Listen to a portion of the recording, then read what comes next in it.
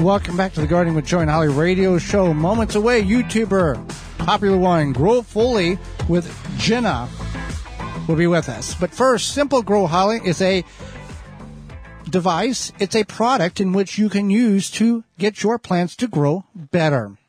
Are you worrying about your plant growth? Provide your plants with what they need to grow to their potential.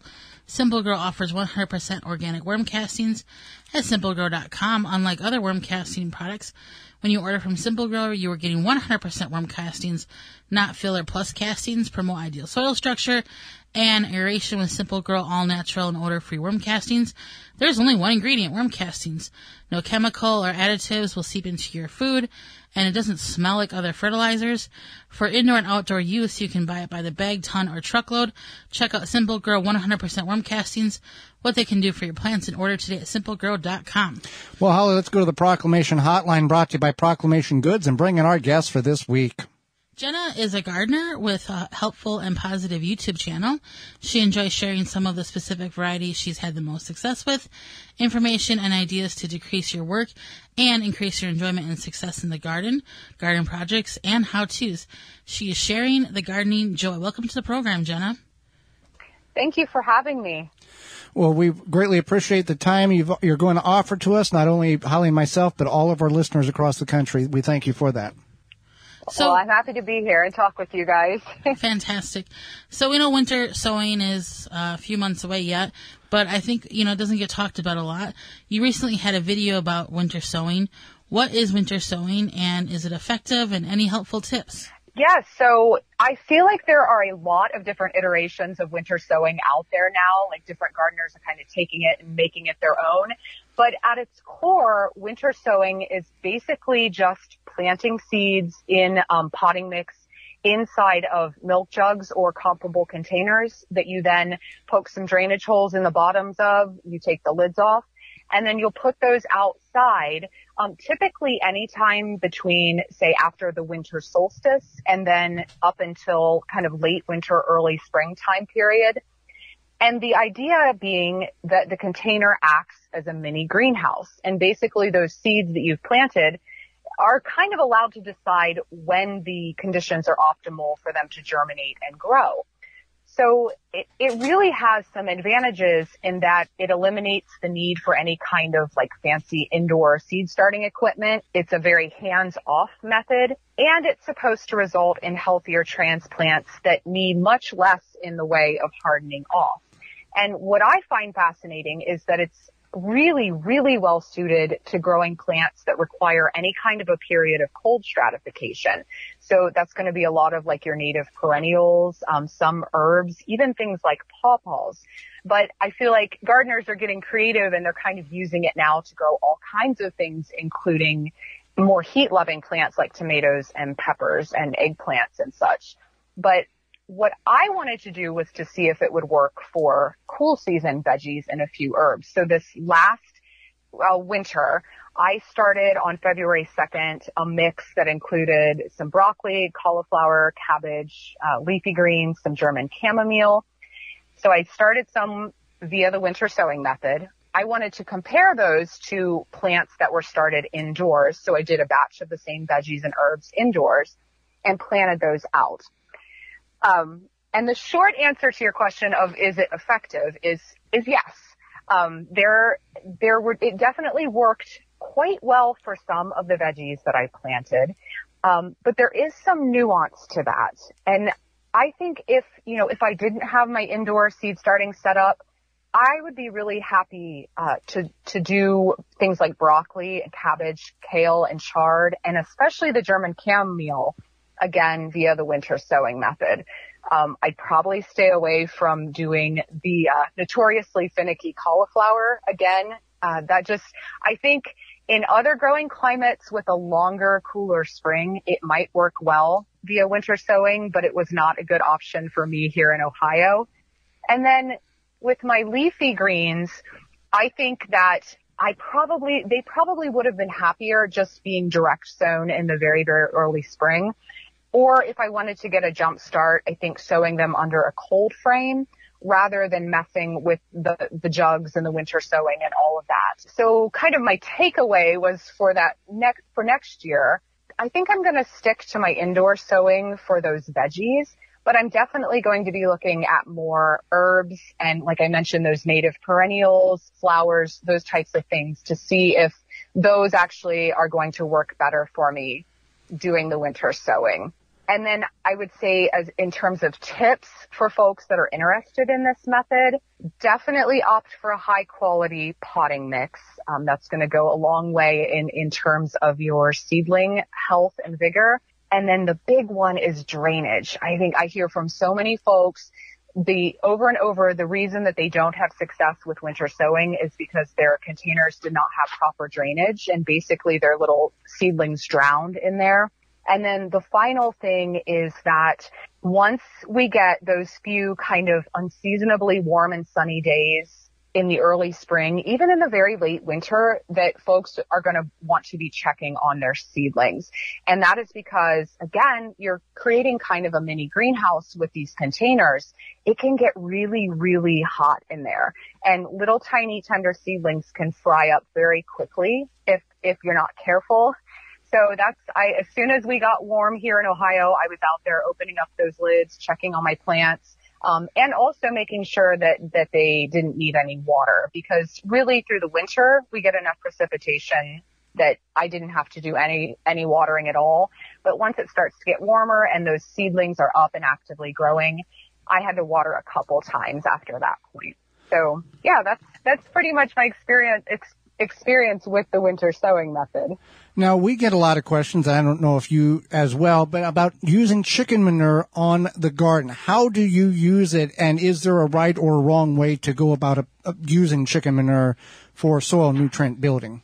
Yes, so chicken, I use a lot of chicken manure also. We raise both chickens. We do egg layers and meat chickens. So we have a lot of chickens, a lot of chicken poop as a result. And I love it as a garden amendment. It offers, it's quite high in nitrogen and other micronutrients. It's a great one that will feed your plants as well as feeding kind of the microorganisms that are in the soil as well. And I think there is a right and a wrong way to use it. And there are a lot of ways that you can use it properly. Composting, of course, is a great option for using chicken manure and chicken bedding. And if folks wanted a really quick way to compost, I think hot composting is a great option. I'd say the really wrong way to use it is to just put it out fresh on anything in the garden, because chicken manure is going to burn up plants. In addition to that, you're risking pathogen contamination from fresh chicken manure into anything that you're going to eat. And that's just not a road that anybody wants to go down. But I will say that my preferred method is actually what I have really terribly dubbed the poop in place method. I need a better marketing term for that. But what it boils down to is I just build my chicken runs or my chicken yards in spots where I either want a brand new garden bed or I have a bed that needs some TLC.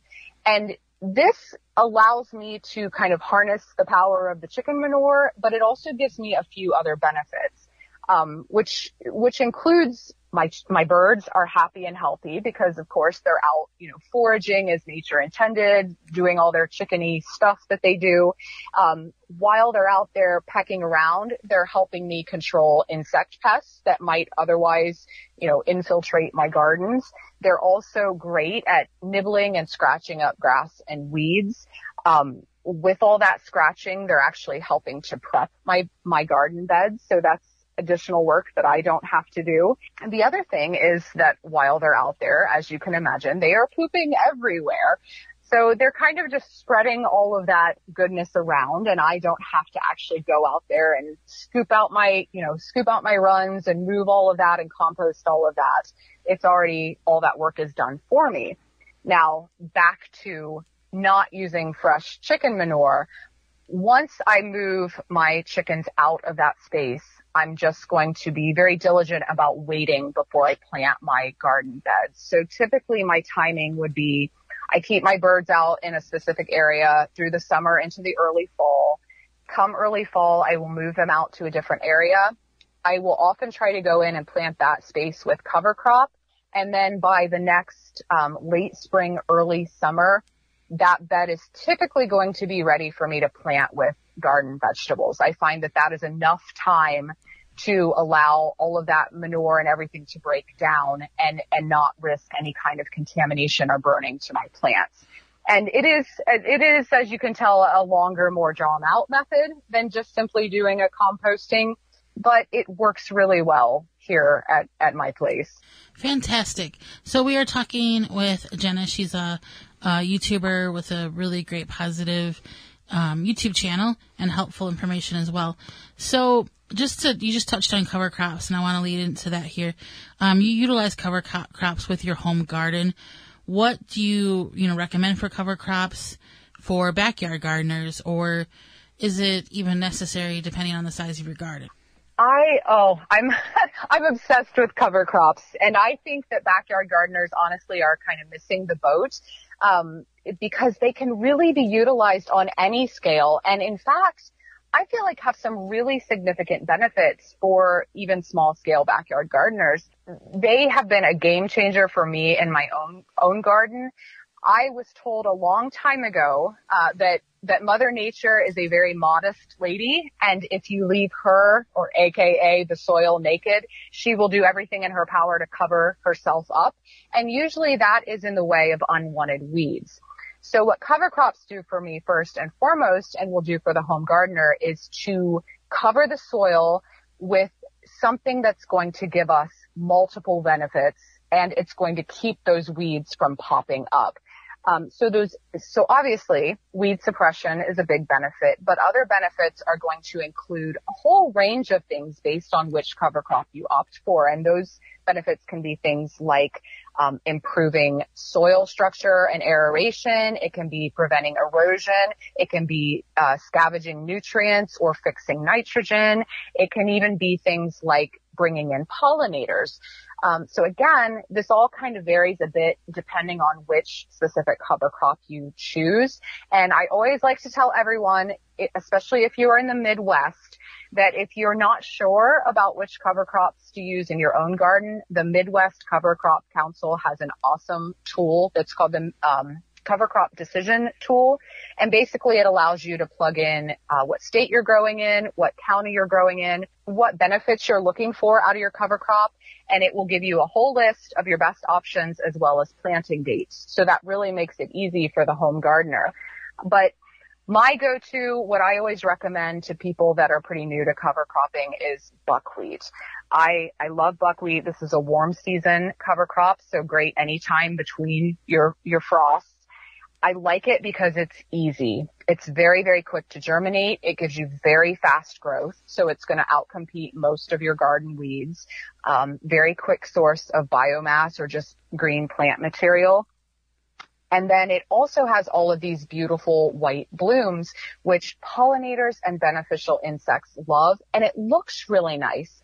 So sometimes the complaint with cover crops is when you're not used to growing them, they can start to look kind of weedy and unattractive. Buckwheat looks absolutely stunning when it's in bloom. And then the final benefit to newbies to cover cropping is that it's really easy to terminate, which is not the case with all cover crops. But with buckwheat, you can chop it. So sometimes I'll just use a pruners or my weed whacker. You can roll it down. You can have your kids go out there and run across it and knock it all down. It's got these really relatively tender stems that just snap right off. So it's quite easy to terminate, and it does not come back once you've rolled it or chopped it down. And then worst case scenario, if you would happen to miss kind of that proper termination window, which is with buckwheat, you want to cut it right when it's in full flower. If you would happen to miss that, the worst thing that's going to happen is you end up with seeds, which you can yourself eat. You can feed it to chickens, or it drops its seed, self-sows, and you get a second cover crop for free. So it's a really great one to use. And then another thing that I like to recommend for home gardeners are to opt for mixes. One of my favorite cool season cover crop blends includes oats, peas, and hairy vetch.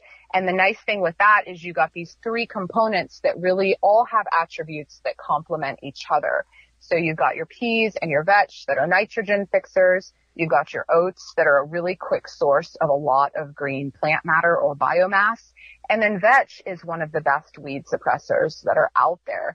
So you're getting a 3-in-1 from that one planting. And you can do these in teeny tiny spaces. I plant this fall and spring. And so, for example, in the late summer, when, say, my tomatoes are finally coming out here in the garden, if I have one little patch where a tomato plant has come out, I can go into that spot and just sprinkle a mix of that oat, peas, and vetch, and I will have all of those benefits, and that will typically overwinter for me. And then, of course, I have to mention one final cover crop for my fellow clay soil gardeners, tiller radish. It's a type of large-rooted daikon radish. Is an awesome cover crop if you are dealing with clay soil. And these would typically be planted in the late summer. They'll put on some huge tap roots, and come usually about the mid to the end of winter, they will die back. And as you can imagine, these big roots just kind of rot into the soil. So you're getting a nice addition of organic matter. You're getting these roots that kind of leave openings in your clay. And then in the spring, when you're ready to plant, you can just brush the residue away. So after those tops of the radishes die, you just kind of brush that out of the way. You can go directly into your garden bed and plant. You don't even have to work the ground or do anything. It's really a beautiful solution for clay soil. Well, that was my next question. How do you deal with clay soil? And is the radishes, is that the one and done, the go-to, or is there other things that you add to the clay soil to help amend it so you can grow what you grow in it? So it's definitely not a one and done. The radishes are one component of many things that I do to help improve my clay. And this is probably one of the questions I get most often, because gardening and clay can be incredibly challenging. You're dealing with drainage issues, in particular if you've got clay soil with hard pan underneath. A lot of times the nutrients are locked up in that fairly sticky soil texture. Plant roots can have trouble actually even penetrating clay soil if it's heavy enough. So you're dealing with all kinds of things. But I will say that if clay is given some time and some TLC, it can yield really amazing results. So my big focus, in addition to the cover crops, is just the addition of organic matter in general. So anything will work, but I really focus on what I have readily available here, which tends to be a lot of homemade compost. I will use leaf mold, and then I loved aged manure. In addition to the chicken, I like to use cow and horse manure as well.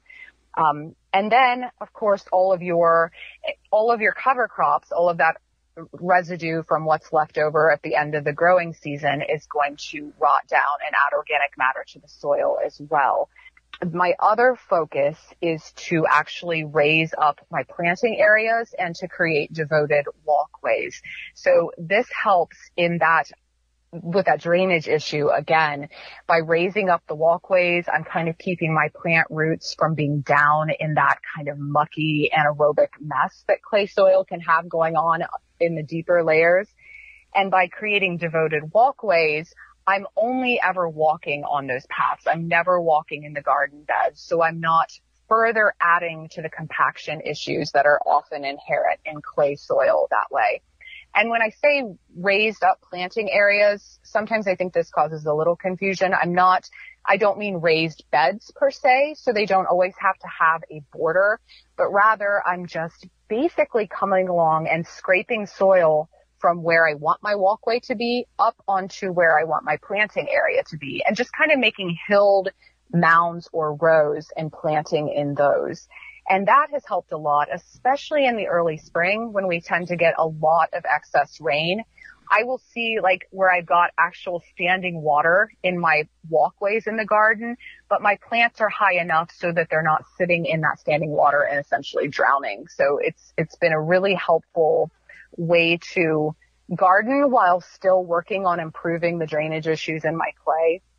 And then the third issue is back to the keeping the soil covered that I mentioned with the cover crops. I always do. With clay, I feel like it's so important to keep that soil covered at all times. And I do that by focusing on the use of natural mulches and the cover crops. For natural mulches, my favorites are things like alfalfa hay, grass clippings, leaf mulch, and sometimes wood chips. And basically, I'm covering both my walkways and my actual planting beds. So anytime I go in with a plant or transplant or seeds, I'm very diligent about mulching up around those. And that really has helped both in, like I said, that organic matter addition. As those mulches rot down, they're adding really nice organic matter to the soil. It also helps with that clay soil texture that tends to happen for anyone who's gardened in clay. I'm sure they've seen this, where you start to dry out and you'll get that crust on the top of the clay that can have giant cracks in it. By keeping those beds mulched, I avoid having those kinds of awful issues in my soil texture.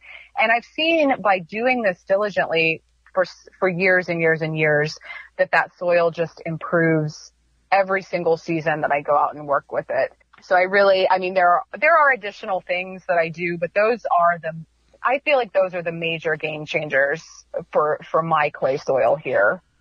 Well, fantastic. And Jenna, you've really just provided a lot of great information for us, and we've enjoyed having you on the show. How can people find out more about you? The best way to find out more is, I would say, definitely go check out my YouTube channel. That's Growfully with Jenna. Mainly because I focus on a lot of the same, like sharing tricks and tips in my own garden. I focus a lot on soil health. I'm also by trade a trial manager. So part of my job is trialing, basically planting and evaluating new varieties of fruits and vegetables and annual flowers every year. And I like to share a lot of the varieties that do best in my Ohio garden on the YouTube channel. And a lot of fun little gardening experiments and the results of those as well. And then also, if people like to use Facebook or Instagram, I'm out there on those social media channels under Growfully with Jenna as well. Well, Jenna, we greatly appreciate the time you've offered us, and not only educating Holly and myself, but all of our listeners across the country. We thank you for that. Well, thank you guys for having me. Absolutely. For more information, please visit thewisconsinvegetablegardener.com.